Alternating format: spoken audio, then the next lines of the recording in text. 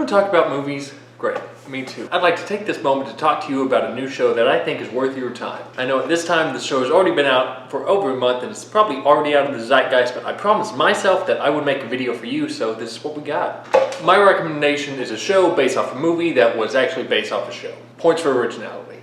And that show is the latest offering from Amazon Prime starring Donald Glover, and that is the reboot of Mr. and Mrs. Smith. Could honestly be one of the best shows I've seen in years. It's a great example of how to mix genres and how to reinvent an existing property, while still being fresh and original on its own and still staying true to the original. In this case, staying true to both the 2005 movie and the 1990s TV show. Not gonna lie, I had no idea about the original show until the new show on Amazon Prime was coming out, and I'm willing to bet you haven't either. So I won't be talking about that one quite as much. Sorry to all of you Scott Bakula fans out there, maybe he'll do a retroactive podcast one day. A Smithy can only dream. Thank you so much for watching. If you could go ahead and do me this kindness of going ahead and like, comment, subscribe, ringing the bell icon, sharing with someone you like, or sharing with someone you don't like. Honestly, it doesn't matter that much to me. So what is Mr. and Mrs. Smith? At its core, it's about two spies that are married to each other and are living together. The film and the show have slightly different setups.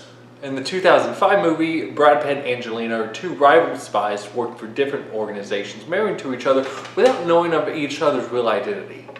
Then through the course of the movie, they find out each other's real identities, and then, as you would imagine, shenanigans ensue. The show is about two spies that are from the same agency that are paired up knowing about the mission. Then through the course of the film, they find out each other's true identities, and then, as you would imagine, shenanigans ensue. The show is about two spies from the same agency that are paired up, knowing that their mission is to pose as a married couple. And throughout the show, they get to know each other and then fall in love, and then, as you would imagine, more shenanigans ensue. From what I understand, it's actually the same setup as the 1990s show, and that's probably the last time I'm going to mention that show. My apologies to all the Scott Bakula fans out there. But that core still remains the same, consisting of two spies that are married to each other. And it's the blending of two genres that's what I'm talking about. That really drives home of what Mr. and Mrs. Smith is really about. By happenstance, it's a mixture of my two favorite genres. The first being my personal favorite genre, action spy film. These are movie franchises like Mission Impossible and Jason Bourne, and of course my personal favorite franchise of all time, James Bond. These are films that are known for their spectacle. They're about great action set pieces and exotic locations while looking as stylish and as fly as possible. At the core of these films is a hyper-competent, more important for today's video, it's about a hyper-individualistic protagonist. Someone who, due to their nature of their work, can't trust or rely on anyone but themselves. The other genre that Mr. and Mrs. Smith scripts from is relationship comedy. And for the purposes of this video, I would say relationship comedies differs from romantic comedies or rom-coms. Not that there's anything wrong with romantic comedies, I love a lot of rom-coms, but when you think of genre traps of a rom-com, you usually think about two people who meet and through the events of the story fall in love and... But usually when you think of the genre trappings of rom-com, it's usually about two people who don't like each other at the beginning, and then throughout the events of the film, they learn to fall in love and there's usually some sort of misunderstanding. That's the trappings of rom-coms. Again, I like them, but that's not really what Mr. and Mrs. Smith is cribbing from. Relationship stories are about building the relationship rather than the actual act of falling in love. One of my examples for this was How I Met Your Mother, but it's about relationship of friends.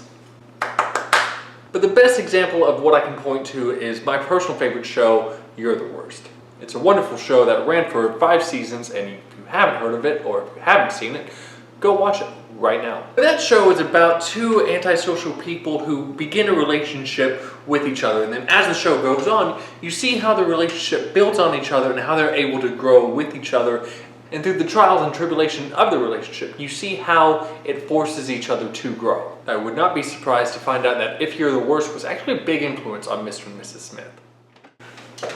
So how does Mr. and Mrs. Smith blend these two genres, and how does the film and the show's different conceits change the overall story that they're telling? Let's go back to the far-off land of 2005 with the film version of Mr. and Mrs. Smith. Boy, where to start with this movie? This is a strange one, because I feel like this movie is more infamous than known for its drama behind the scenes, more than the actual movie is talked about itself. I remember when this movie came out, it felt like the movie of the year for good reason. Big reason behind that is its two stars of Brad Pitt and Angelina Jolie, starting their romance from the time spent on the set of this film and all the tabloid drama around it, instead of people actually talking about the quality of the movie itself. And it's a shame because in a vacuum, I think this film still holds up. It's a fun action movie with a great concept that the film tries to use every bit of it that it can. It's filled with a lot of fun action sequences and a training setup, and it's anchored by two of all-time movie stars at the height of their power right before they started seeing each other in real life. So the chemistry between the two is just simply off the charts. And it's all anchored by renowned action director Doug Liman. Doug Liman is just a really hard director to talk about. He's someone with as many hits as misses and can be called chaotic at the best times behind the scenes. And the films that he makes cross the finish line in spite of him and not because of him. If you want more information about this, the channel It Was a Shit Show did 2 videos about, one being about the Bourne Identity and one actually being a podcast about the production of Mr. and Mrs. Smith. I highly encourage you to go watch those. They are great. It's a great channel. But he can be a bit controversial behind the scenes. Even now, he's beefing with Amazon over the release of his remake of Roadhouse. But just looking at the movie itself, I think it's much better than that 6.5 rating on IMDb would tell you. And given that the film stars actually married each other off-set and remained one of Hollywood's biggest couples for many years, it always surprised me that we never got a direct sequel to Mr. and Mrs. Smith. And given how the relationship ended, I doubt we ever will. But the fact that this movie still carried so much weight to have a reboot nearly 20 years later is a testament to how good the movie was in the first place. Let's take a quick look at how the setup of each film actually impacts the overall themes. In the 2005 Mr. and Mrs. Smith, we see Brad Pitt and Angelina playing John and Jane Smith, a married couple who are also spy assassins working for competing companies, with each of them not knowing the other's real identity. Where at the same time, they're kind of dealing with the 5 to 6 year itch, not having the same excitement in this stage of the relationship they did at the start. So the story plays out about learning who your partner really is over time, as can be seen by their real identities being revealed and how that can challenge a relationship, but how you can overall and fall in love with your partner all over again. With the show actually being about the start of a relationship, with each episode consisting of a particular stage that you might enter in a new relationship. Stuff like having your first date, taking your first trip as a couple, having to talk about children, or the real burden, which is how to have couple friends. Of course, all of this is done through the covert lens of being super assassins. I mean, you gotta have some kitsch in it, don't you? And the series does this with something that I wish more shows did, which is each episode is a standalone adventure, but is also setting up different plot lines in the background to where you have the B plot of each episode kind of acting as the overall story. Many shows try to do this one long narrative thing, and it doesn't really work whenever you cut that up into individual episodes.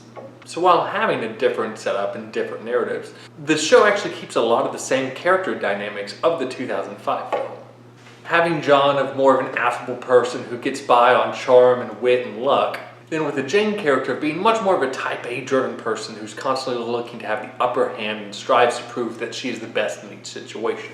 And the show is able to examine each characteristic even further, diving deeper than the movie ever could, seeing how these personalities play off each other and contrast each other, while also building from each other. At the same time being able to deconstruct and criticize each of the flaws of the characters. That to me is when the show is at its best, because I want you as a viewer to be able to experience as much of it on your own without me really spoiling anything. If you do want a fuller spoiler analysis of the show, I would love to do it, but you need to comment and let me know. Is the show perfect? No, probably not. I would have to watch it again to give much more of a broader critique over it, but I do feel like it's a great show that's worth your time. But more importantly for this video, I think it's a great example of how you should reboot a property. We live in an era of constantly reinventing and reheating IP. I love fresh and original ideas as much as anyone, and the recent cycle of movies is showing that audience are wanting that too. But that doesn't mean that we should re-examine or reinvent old properties that might be sitting on the shelf. Mr. and Mrs. Smith is a show showing how you can take an existing property and make it fresh and make it true and make it original and growing something out of it, while at the same time keeping what people love from the original one. I've seen it go both ways when rebooting something. When you stick too close to the original idea, it's like, why remake the thing in the first place when the original one is just sitting right there? or when you go too far away from something where it barely resembles what it's supposed to be in the first place. Mr. and Mrs. Smith really walks that fine line of playing homage to the original while being able to recreate some of the bigger moments from the original one to make it all on its own. It's a great piece of art that can stand on its own or actually part of the much larger franchise. I'd have to rewatch both of them again to say which one I think is definitively better. Off the top of my head, I would say that the show is objectively better, but the movie has much better chemistry. Two of Hollywood's biggest stars at the height of their powers right before they started seeing each other in real life. It's hard to beat right there. But the two leads of the show are fantastic on their own, and you're able to see how they play off each other. I would say both are actually criminally low ranked. Right now the movie stands, like I said, at a 6.5 on IMDb, and the show stands at like a 7.0. That's low. That's much lower than they deserve. I normally trust IMDb's rating score, but both of these should be much higher in my head. Get on that, Jeff Bezos, owner of both IMDb and the streaming services that produces the show. Better yet, why don't you just give me $75 million and you pay more in taxes, and then we'll just let everything else slide. And for now, that's where I'm going to leave you. Please comment below. Let me know. Have you seen the show? Have you seen the movie? What are your thoughts about the franchise in general, as well as just what you think about my dumb opinions? I would love to know. Thank you again so much for watching. Also, again, don't forget to like, comment, subscribe, and I'll catch you on the next one.